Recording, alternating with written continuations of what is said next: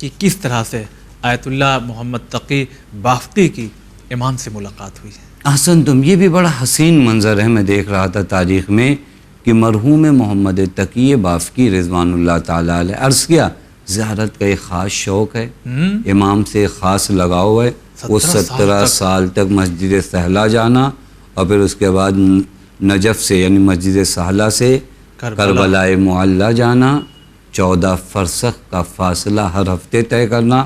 ہم لوگ چہلم میں جب جاتے ہیں اربعین امام حسین میں تو سفر کے بعد دیکھتے ہیں 2-3 دنوں تک ہم وہ سفر طے کرتے ہیں، اور یہ ہر ہفتہ ہر ایک دن میں اس پورے طول مسافت کو طے کرتے تھے۔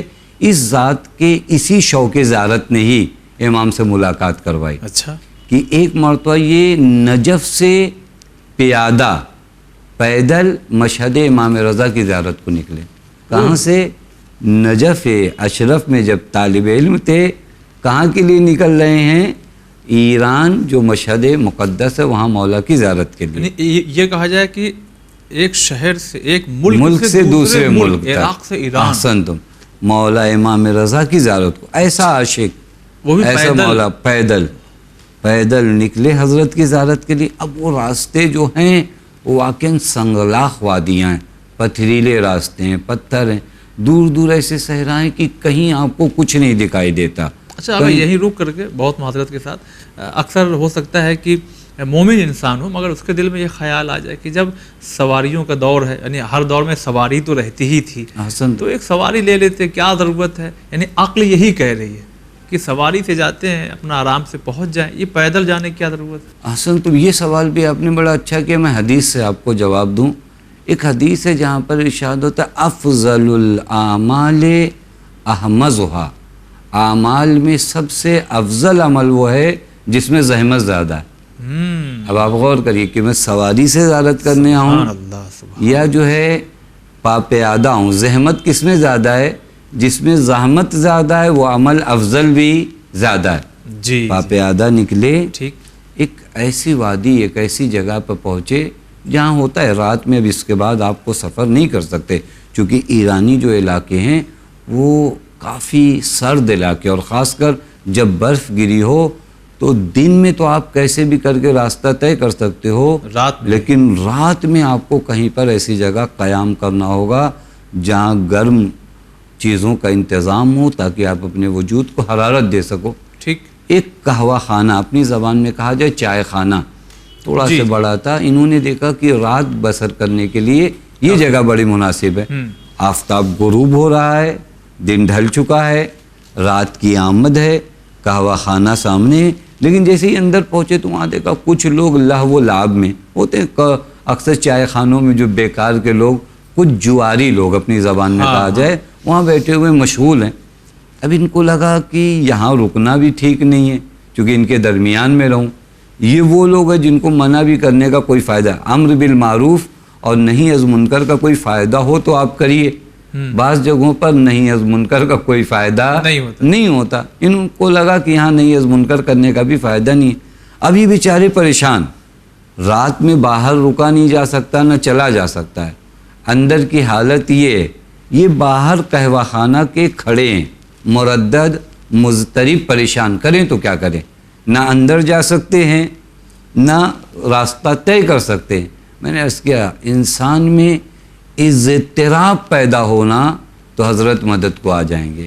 ہمارے وجود میں وہ اضطراب آ جائے، امن یجیب المضطر اذا دعا، یہ اضطرار پیدا تو ہو، وہ دوا دینے کو تیار ہیں۔ اب یہ بیچارے مضطر ہیں، کریں تو کیا کریں؟ اسی اسنا میں دیکھتے ہیں کہ وہاں پر ایک درخت کے سائے میں ایک پروقار شخصیت تشریف فرما ہے۔ انہوں نے بلایا، محمد تقی یہاں آؤ، تمہاری جگہ وہاں نہیں ہے۔ محمد تقی یہاں آؤ، تمہاری جگہ وہاں نہیں ہے۔ ایک درخت کے سائے میں، اب سردی میں درخت کے سائے میں بھی آپ چلو جاؤ تو وہاں سردی ہی ہوگی، کیونکہ ہر طرف اگر برف گرا ہوگا تو درخت کے نیچے بھی زمین مرطوب ہوگی، فضا کھلی ہوئی ہوگی۔ محمد تقی بافقی کہتے ہیں جیسے ہی میں اس درخت کے سائے میں گیا جہاں پر وہ ذات تشریف فرما تھی، وہاں کی ہوا ایک دم مناسب تھی۔ اچھا، وہاں نہ بہت سرد نہ بہت گرم، حضرت حجت تشریف فرما ہے اور فضا ایک دم مناسب ہے. ابھی یہ پہچان نہیں رہے. ہاں یہ انہوں نے نہیں، ان کو سلام کیا حضرت کو، لیکن جب فضا دیکھا، جب ابوت دیکھا، پہچانا کہ حضرت ہیں. فضا پر ایک خاص کنٹرول ہے، یعنی فضا ایک دم مناسب. یعنی تھوڑا سے آپ درخت کے ادھر ہٹیے سردی، یہ درخت کے سائے میں جہاں حضرت تشریف فرما ایک دم فضا نارمل ہے، فضا مناسب ہے. اور مجھے لگا کہ یہاں رات بسر کی جا سکتی، وہ بھی حضرت کے ہمراہ، کوئی مولا کے ہمراہ. کا پوری رات مجھے شرف رہا کہ میں حضرت کے ساتھ رہا. سبحان اللہ. اس کے بعد جب صبح کی اذان ہوئی ہے، حضرت کے ہمراہ میں نے نماز صبح پڑھی. اب جب صبح کی نماز ہو گئی، ہوا روشن ہوئی، اجالا ہوا، حضرت نے فرمایا محمد تقی بافقی تم اپنے راستے پہ جاؤ. کہ مولا میں یہ چاہتا ہوں. اب غور فرمائی، حضرت سے ملاقات ہونے کے بعد آدمی کیسے حضرت سے ودا ہو، یہ خود ایک بہت بڑا ہنر چاہیے کہ حضرت سے رخصت کیسے آدمی ہو. صحیح. کہ مولا بس اجازت اتنا دیجئے کہ زندگی بھر آپ کے ساتھ رہوں. حضرت نے فرمایا نہیں، یہ ابھی تمہارے لیے ممکن نہیں ہے. ہاں اس سفر میں تم سے 2 مرتبہ اور ملاقات کروں گا. حضرت نے وعدہ فرمایا اسی سفر میں، یعنی جو نجف سے تم نکل کر امام رضا کی زیارت کو جا رہے ہو، یہ پہلی ملاقات ہماری ہوئی ہے، ابھی 2 ملاقات تم سے ہماری اور ہوگی. کہ حضرت نے جب یہ کہا تو دل کو کچھ تسکین ہوئی کہ ابھی حضرت سے 2 ملاقات ہوگی. میں نے پوچھا مولا کہاں کہاں؟ فرمایا ایک ملاقات قم المقدسہ میں اور دوسری ملاقات شہر سبزوار میں. چونکہ یہ وہی راستہ ہے، جب آپ نجف سے آئیے تو قم سے پھر سبزوار، سبزوار سے مشہد. حضرت نے فرمایا قم میں ایک ملاقات ہوگی، ایک سبزوار میں. کہتے ہیں پھر اس کے بعد حضرت رخصت ہوئے. اب میرے دل میں یہ تھا کہ دوسری ملاقات بس جلد از جلد مولا سے ہو جائے، لہذا میں اپنی ساری تھکاوٹ بھول کر، سارے درد بھول کے بس یہ کہ اب کیسے بھی کر کے میں کہاں پہنچوں، قم میں پہنچوں جہاں پر حضرت سے دوسری ملاقات کا وعدہ ہے. کا قم پہنچا، حرم معصوم ہے قم سلام اللہ علیہ میں داخل ہوا. میں زیارت کی 3 دن تک میں نے قم میں قیام کیا، لیکن مجھے لگا کہ حضرت کی زیارت نصیب نہیں ہوئی. مجھے اپنی اس محرومیت پر بہت غصہ بھی آ رہا تھا، بہت افسوس بھی ہو رہا تھا کہ مجھ سے ایسا کون سا کام سرزد ہو گیا.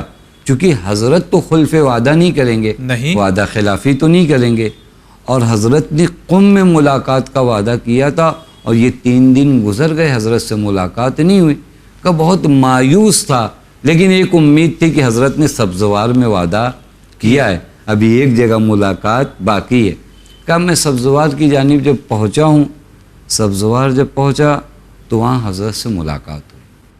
سبزوار میں حضرت سے ملاقات ہوئی.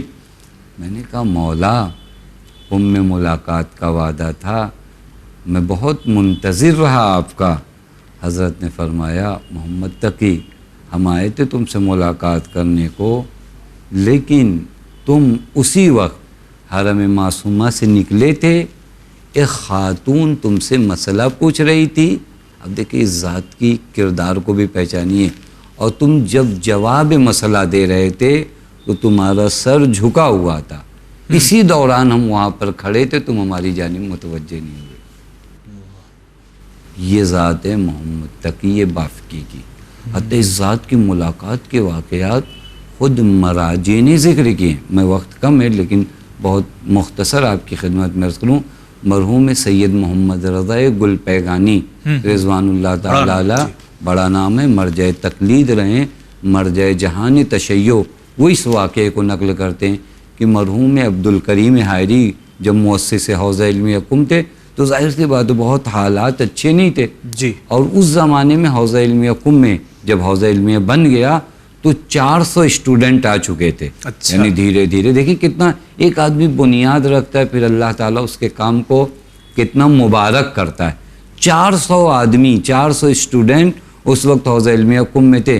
کہ ہم لوگ آغا محمد تقی بافقی ہی کے پاس گئے.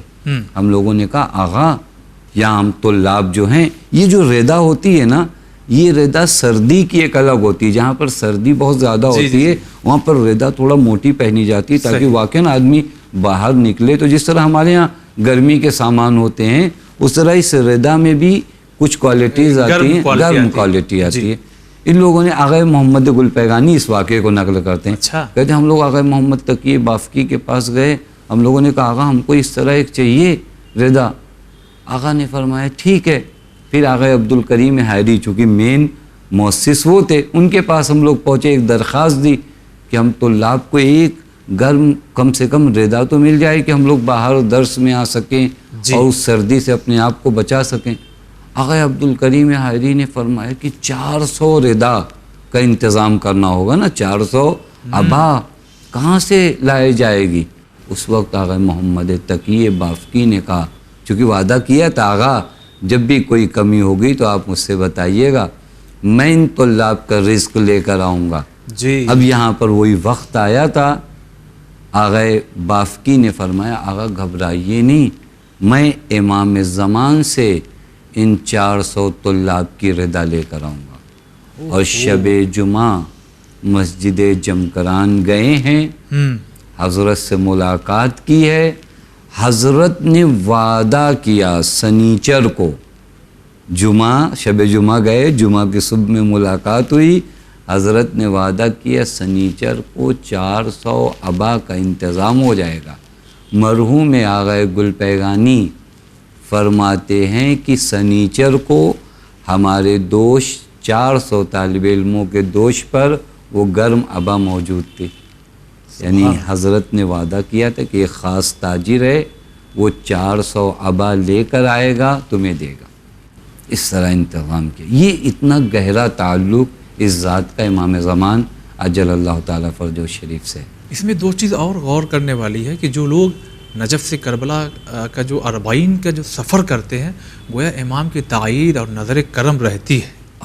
تم بہت زیادہ جب بھی آپ زیارت کو جائیے، یہ شاید ہمارا ایک بہترین پیغام پہنچ جائے، جب بھی آپ یوں بھی حضرت ہماری طرف نظر کرم کیے ہوئے ہیں، مگر حضرت اگر نظر نہ کریں تو ہم زندہ نہیں رہ سکتے. لیکن جس وقت آپ اطاعت الہیہ میں ہو اور جس وقت آپ نیک کام کر رہے ہو اس وقت خاص نظر ہے. اب زیارت سے بڑا کام کیا ہوگا؟